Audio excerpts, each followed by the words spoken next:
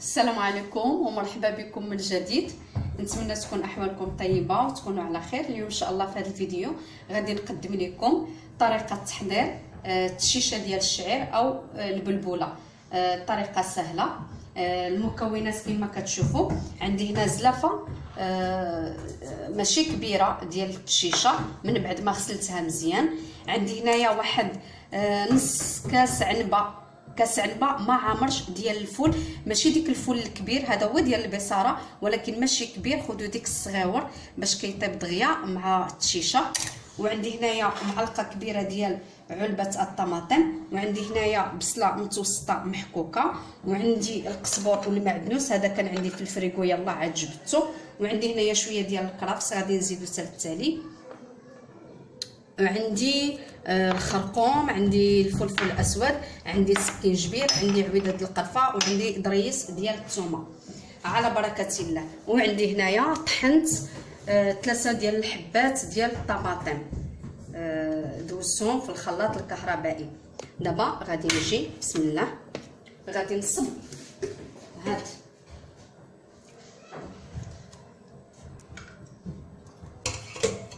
نشلوها.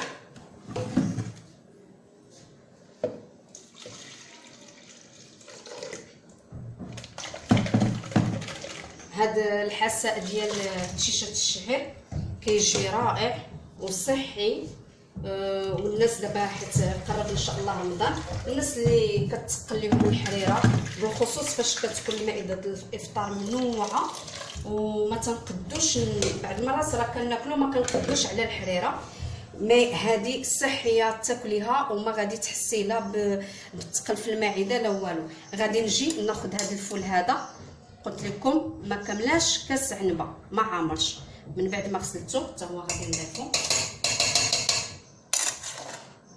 وغادي ندير غادي نرمي كلشي في خطره،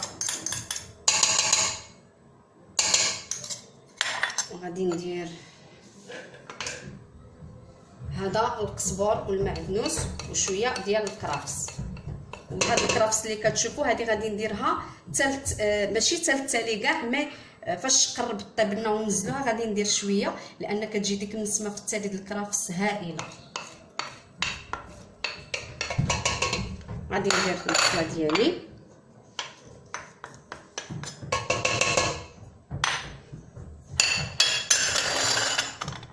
غادي نجي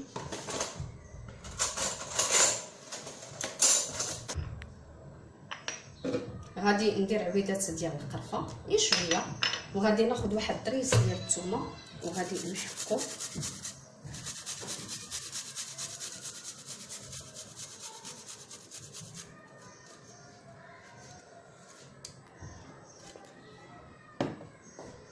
غادي نجي ناخذ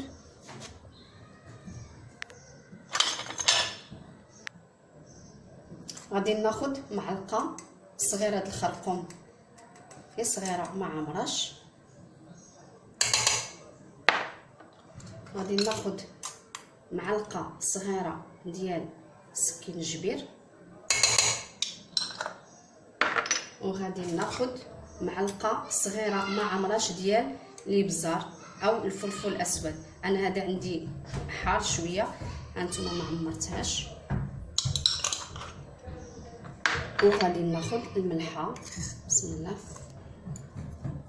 الملحه ديما كترجع على حسب الذوق. وغادي ناخذ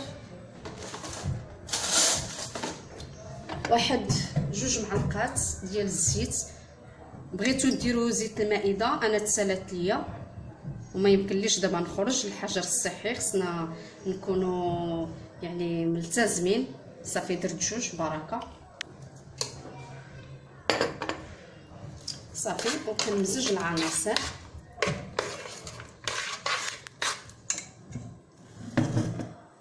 وكنديرها على النار تغلي. نديرو القياس د الماء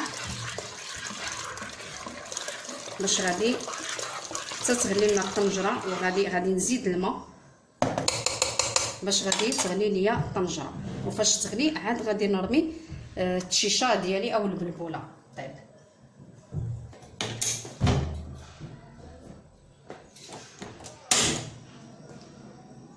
هانتوما الماء اللي يكفيه باش طيب لنا السميده. صافي غادي نخليوها طيب حتى تغلي مزيان، وعاد غادي نرميو البلبوله ديالنا او التشيشه. الطنجره دابا غلات، دابا غادي نرميو التشيشه. بسم الله.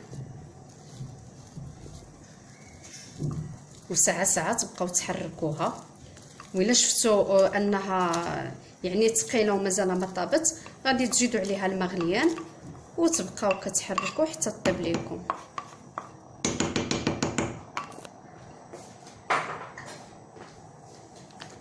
هانتوما راه ما كتحتاج لا كوكوط لا والو، طيبوها غير في طنجره عاديه زعما كتجي زوينه بهذه الطريقه ديال الفول. ولكن غير الفول انا قلت لكم ما ترمي زعما ما ديروش بزاف، نص كاس عنبه كنأكد لكم. صافي وكنبقاو هكا ساعه كنحركوها وندوقوها من الملحه، الا ماشي دابا تغلي وتعاود وندوقوها. الا جات هي هذيك مزيان، ما جاتش كتقادوا الطنجره ديالكم. ولكن قبل انا ما غادي نطفي عليها غادي ندير ديك شويه ديال الكرافس نقطعوا عليها في التالي كيجي رائع. وغادي نزيد حتى شويه ديال القزبر بالحق غير شويه حيت ديجا درت. هانتوما السميده ديالنا او التيشه ديالنا قربت طيب. غادي دابا نرمي الكرافس قطعته رقيق، وغادي نزيد واحد شويه ديال القزبر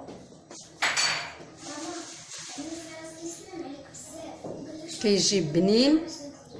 الطنجره لان قلت لكم الا شفتوها ثقيله كتزيدوا الماء سخون غليان. انا فاش زدت بدلت الطنجره حيت هذه كانت عندي صغيره ودرتها في هذه كبيره باش السميده او التشيشه كطيب على خاطرها مزيان. دابا غادي نزيد غير شويه وغادي نطفي عليها وغادي نتلاقاو.